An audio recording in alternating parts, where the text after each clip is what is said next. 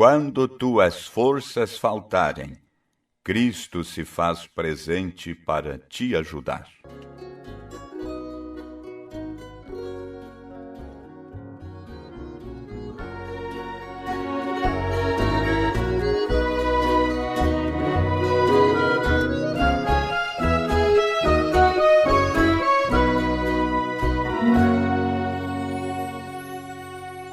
Quando tua noite muito negra for e tuas forças faltarem, quando por ti não puderes agir, Cristo resolve tuas dores.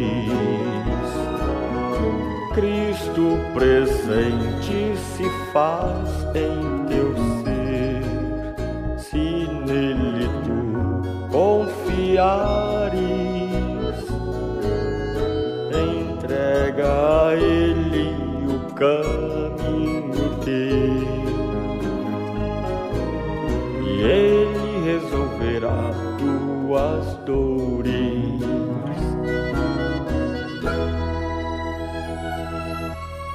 Se teus amigos se forem de ti e solitário ficares, ainda que sofras em teu coração, Cristo resolve tuas dores. Cristo presente se faz em teu ser, se nele tu confiares, entrega a ele o caminho teu.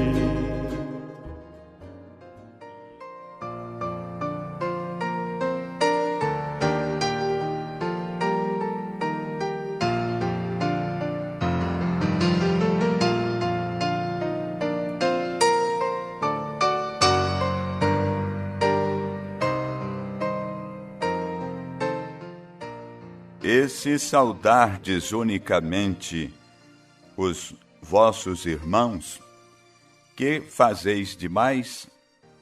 Não fazem os publicanos também assim? Mas sede vós, pois, perfeitos, como é perfeito o vosso Pai que está nos céus. Evangelho segundo São Mateus, capítulo 4, começando com o verso 47. Meus ouvintes, queremos pensar por uns momentos a respeito de perfeição, da forma em que o Senhor Jesus deixou aqui colocado. Entendemos que, de fato, Deus requer perfeição. Nós queremos nos lembrar disso, que não há nada incompleto que possa ir à presença de Deus. Deve ser perfeito. Nossa adoração, tudo. No jardim do Éden, Deus tinha Adão e Eva no jardim. E eles pecaram e transgrediram as leis de Deus ao pecar desobediência. E quando a transgressão vem, desobediência é a transgressão da lei.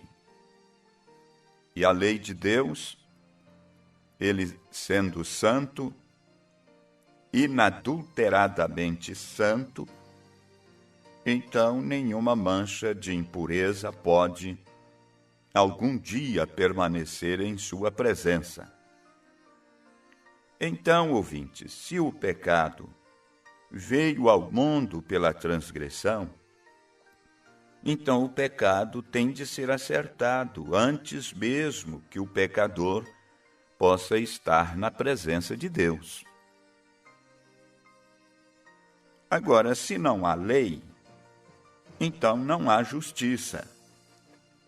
A justiça requer uma lei. E a lei, quando é invocada, ela projeta a justiça. Pela lei sabemos que nenhuma carne é salva. A lei não pode nos salvar.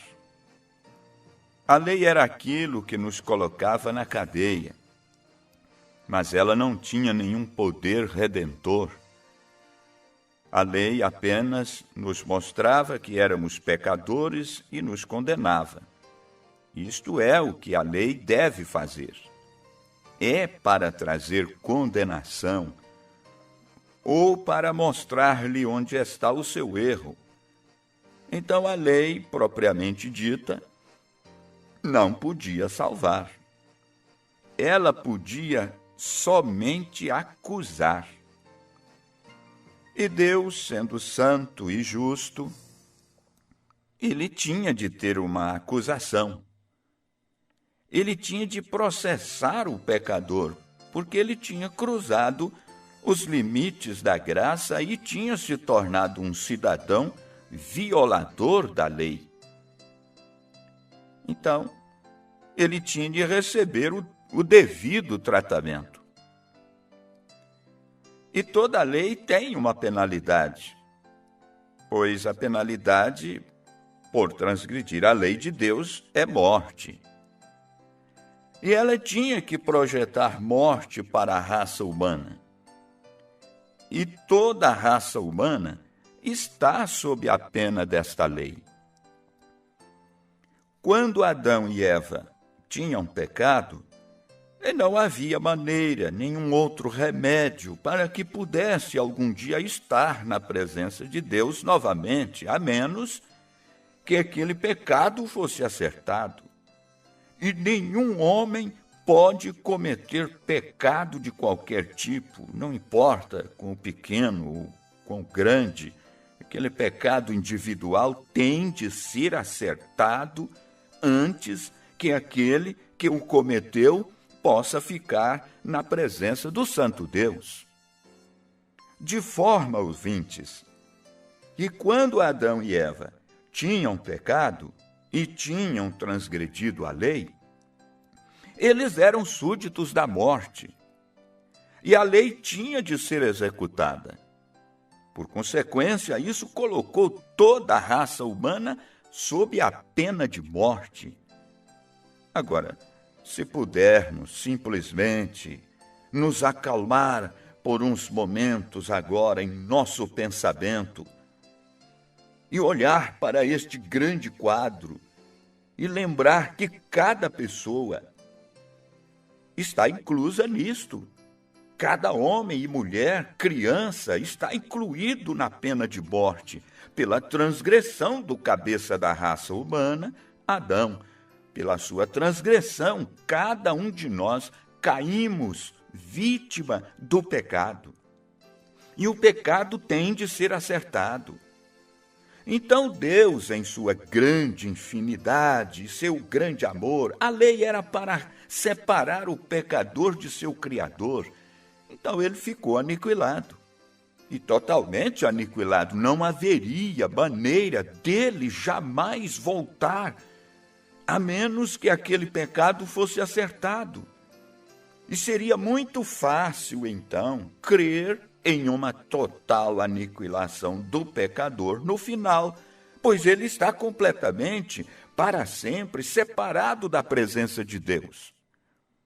Notem, ouvintes, este pecado, e como Deus, sendo justo, e nada mais ele podia fazer senão ser justo, pois ele é o recurso de toda justiça, então não haveria nada mais para ele fazer a não ser aplicar a pena por esta transgressão.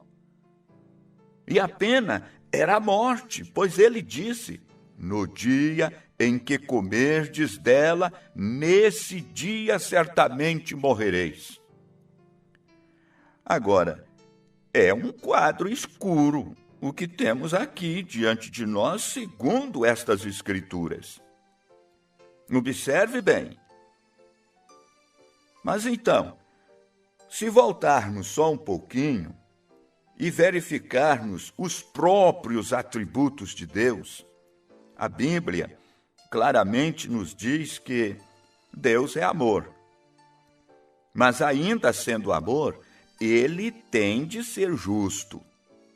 Então, amor não significa apenas uma coisa que se possa acariciar ou brincar. Amor é a justiça de Deus. Quando Deus viu que seus filhos tinham transgredido sua lei e que deveriam padecer a morte, então o amor soberano entrou em cena para fazer um caminho. Deus viu que era para estes filhos ser absolutamente, totalmente aniquilados de sua presença. Não havia nada mais a ser feito, pois tinham transgredido sua lei, e a pena de sua lei era a morte. Então, o amor de Deus se compadeceu de seus súditos. E quando o amor divino é projetado, a graça soberana produz o objeto do amor. E Deus, por presciência,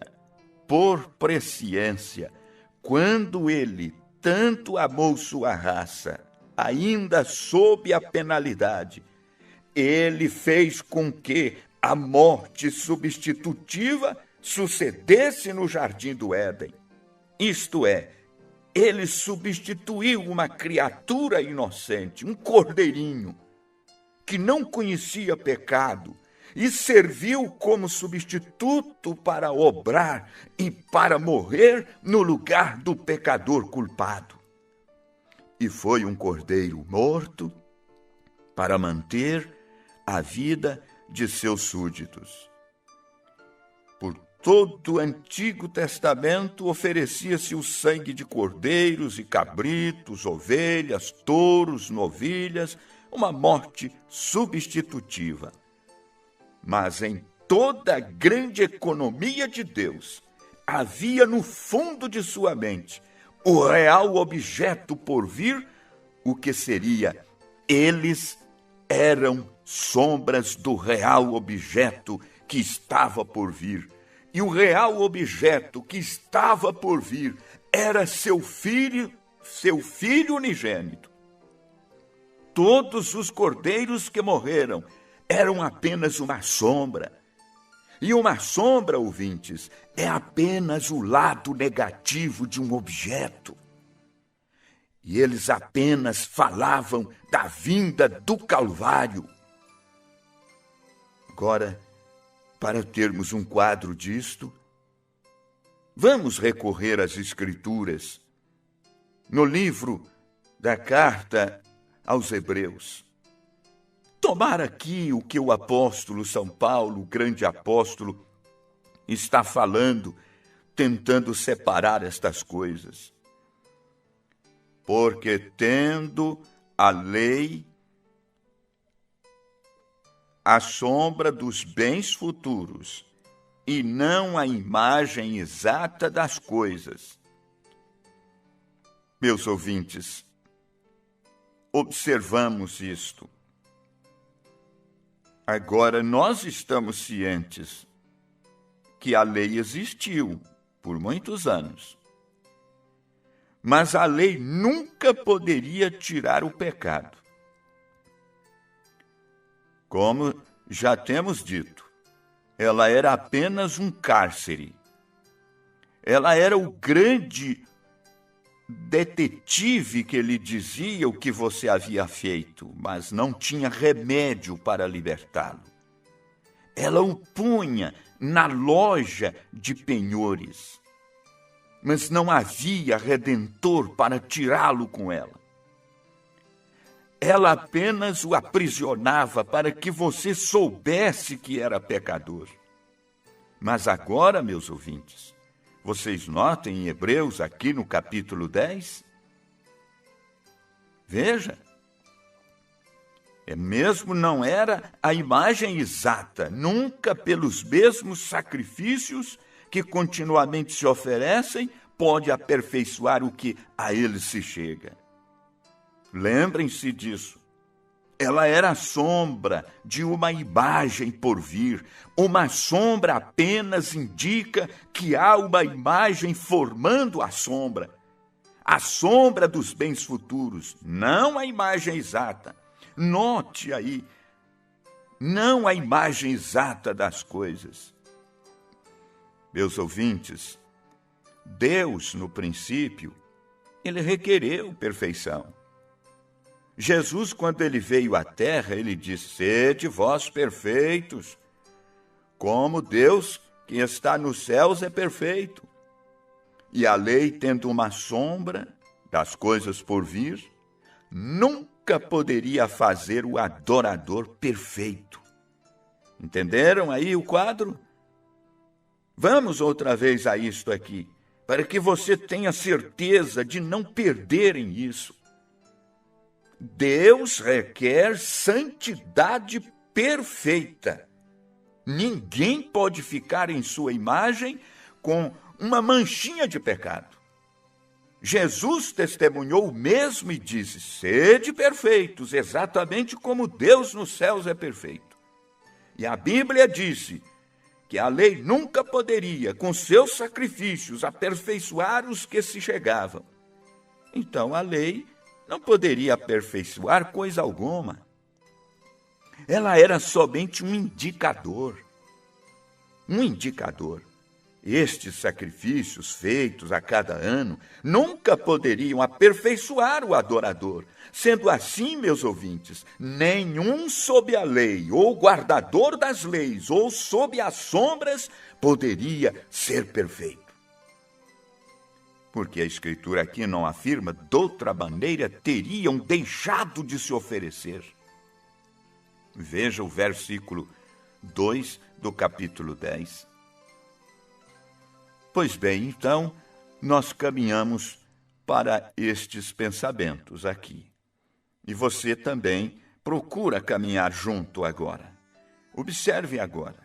Parece que estamos num canto sem saída e temos que ser perfeitos e parece que não temos como. Mas olhe uma coisa. Pense nisto. Se houver alguma coisa que eu ou você possa fazer para nos tornar perfeito na presença de Deus, então Cristo não tinha de morrer por mim e por você. Se houver uma coisa que você possa fazer que fosse de algum mérito na presença de Deus, então Cristo morreu em vão. Nem guardar a lei, nem suas ideias legalistas, nem um pouco de sua própria santidade, nada que você pudesse parar de fazer, parar de mentir, parar de roubar, parar de fumar cigarro, parar de ir ao cinema, ainda assim você está perdido. Nada pode fazê-lo. Unir-se a igrejas, rituais, cerimônias, batismos, ordens da igreja, leitura de credos, fazer preces. Todas estas coisas, ouvintes, de nada valeriam. Você está perdido. Você não pode fazer coisa nenhuma por si mesmo, pois é pecador sob condenação. E não há maneira em você mesmo, ou em algum credo, ou em qualquer coisa que você pudesse fazer ou pensar por si mesmo, que pudesse ter qualquer mérito na presença de Deus, porque, para começar, você é pecador. Olhe o que a Escritura diz. A Bíblia declara que todos nascemos em pecado, fomos formados em iniquidade, viemos ao mundo falando mentiras. E Deus não poderia tomar um homem para morrer pelo outro, porque um é tão culpado quanto o outro. Na presença de Deus, o arcebispo, nascido neste mundo, era tão culpado quanto o mais baixo bêbado da cidade, Um não pode espiar pelo outro. Portanto, meus ouvintes, ele tomava a vida inocente de um animal, um cordeirinho. E sob o Antigo Testamento, que era a lei, quando um homem pecava, ele trazia o cordeiro para o altar. Digamos que se ele transgredisse qualquer dos mandamentos, então ele trazia o cordeiro e o colocava no altar. Ele punha as mãos sobre o cordeiro e confessava seus pecados, que estava errado, sabia que era culpado. E a lei requeria a morte. E ele trazia o cordeiro em seu lugar. E quando a garganta do animalzinho era cortada, e ele começava a chutar com as patinhas e a balir. Se vocês já viram aí a morte de um cordeiro, que choro lamentável. O coitadinho tentando balir e sua pequena veia jugular cortada. E enquanto ele esperneia, estremece, enquanto se estica, então estremece outra vez e bale.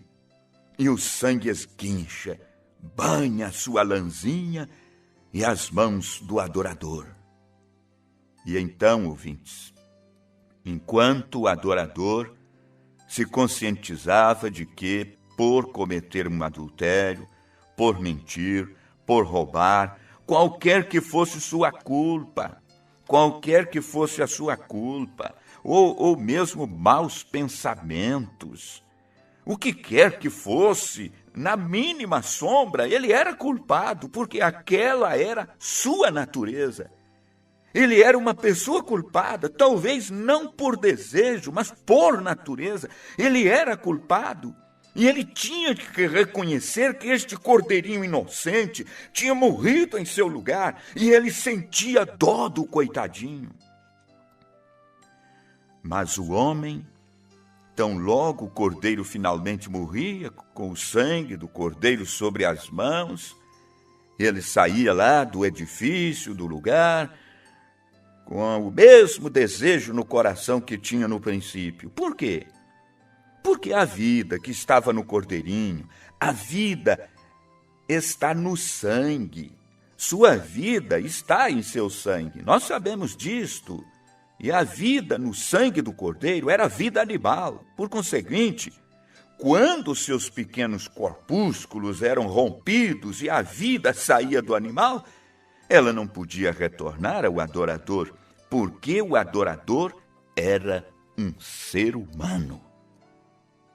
Então, isso perdurou, até que Deus mesmo veio em forma humana, ele mesmo com gens de vida, um óvulo incubador também, saído do mesmo lugar com o mesmo propósito, colocado no ventre daquela Virgem Maria, ele gerou um corpo sem pecado, para este corpo morrer no nosso lugar.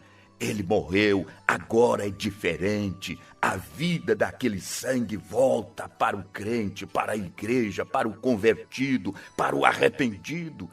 Você entra pelo caminho do arrependimento e você encontra os efeitos deste sangue ainda capaz de limpar-te dos teus pecados. Deus te ajude a crer assim, porque é assim que a Escritura ensina. Deus te ajude, no nome de Jesus Cristo, seu Filho.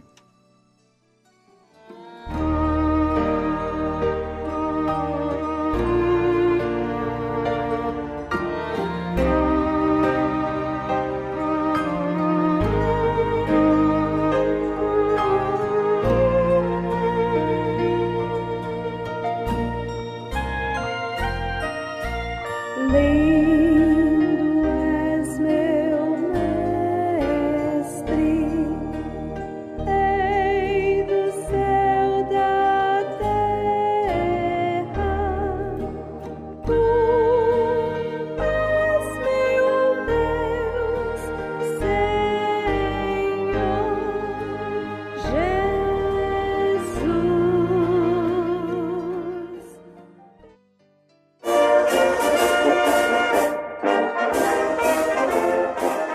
Encerramos este programa convidando você e sua família para assistir nossas reuniões em nossos tabernáculos. Em Londrina, o Tabernáculo do Senhor está na Rua Serra da Borborema, 333, no Jardim Bandeirantes, com reuniões no domingo às 9 horas e às 18 horas, na terça-feira às 19h30, na quinta-feira. Nossa reunião é no Conjunto Maria Cecília, na Rua Olívio Pedro Binato, número 173, reunião às 19h30. O telefone 33 38 65 99. Em Maringá, o Tabernáculo do Senhor está na Rua Alexandra 826, no Parque Residencial Patrícia, reuniões quarta-feira e sábado às 19h30 e no domingo às 9 horas. O telefone 30 34 89 44. Em Curitiba, o Tabernáculo do Senhor está na Rua Teófilo Wisniewski, número 120, em Campo Comprido. Reuniões terça-feira e quinta-feira às 19 horas, no sábado às 18 horas, domingo às 9 horas. O telefone 30 77 0448. Convidamos a acompanhar e participar do programa Momento Jovem, apresentado pelos nossos evangelistas em Curitiba, através do portal www.vencendovemjesus.rg.br, aos sábados a partir das 20 horas e 30 minutos. Tenham todos bons momentos através deste programa. Ouçam também o programa Vencendo Vem Jesus pela Rádio Difusora em Londrina, AM 690, de domingo a sexta-feira às 7 horas. Rádio Atalaia em Maringá, AM 1310, de segunda a sexta-feira às 12 horas, no sábado e no domingo, às 20 horas e 30 minutos. Rádio Continental, AM 1270 em Curitiba, sábado e domingo às 15 horas. Literaturas com mensagens precursoras da segunda vinda de Jesus estão à disposição de todos em nossos tabernáculos nos dias de reuniões. Ouvintes, chegamos ao final. Até o nosso próximo programa com a fé do Filho de Deus, a fé que vence o mundo.